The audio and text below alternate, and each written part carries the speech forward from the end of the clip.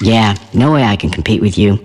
I'm just an animated character with a funny voice, while you're an actual, real-life person. With your intellect and your experience, you're practically a god. All my verbalized thoughts definitely fall woefully short of your fancy inquiring mind's research. Whatever I spew on here could be said better by you, my friend. But you just don't need to. You can express your public stances by simply clicking the like button, or with a smug comment.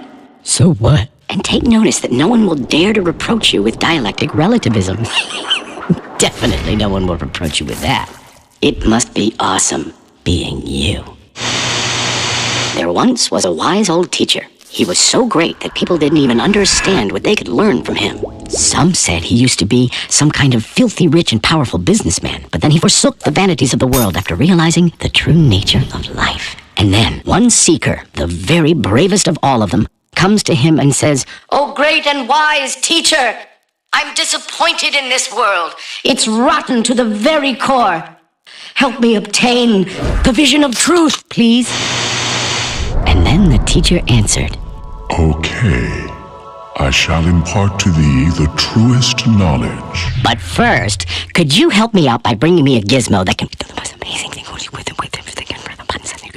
And the teacher whispered something right into the seeker's ear. Overjoyed, the seeker ran off to buy the gizmo. He asked, but nobody knew a thing about it. And he felt too embarrassed to come back empty-handed. So he went to another town, then another, further and further, but nobody anywhere had ever heard of such a device. So many long years later, the seeker, who by then was a businessman who owned many amazing device factories, returned to the place he'd first heard of the rare gizmo device thingy. And he brought with him a whole trainload of amazing equipment.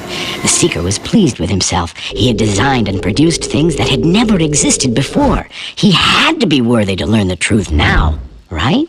But the teacher's hut was empty. The seeker had come too late for the most important lesson of his life. He ordered the devices he'd brought with him to be given to the townsfolk, and he settled into the teacher's hut. But soon he was visited by new seekers.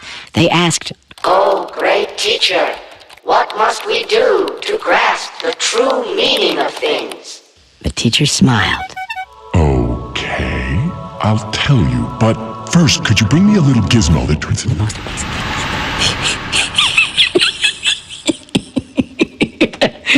And he whispered something into the seeker's ears. Well, did you listen to the story? So what?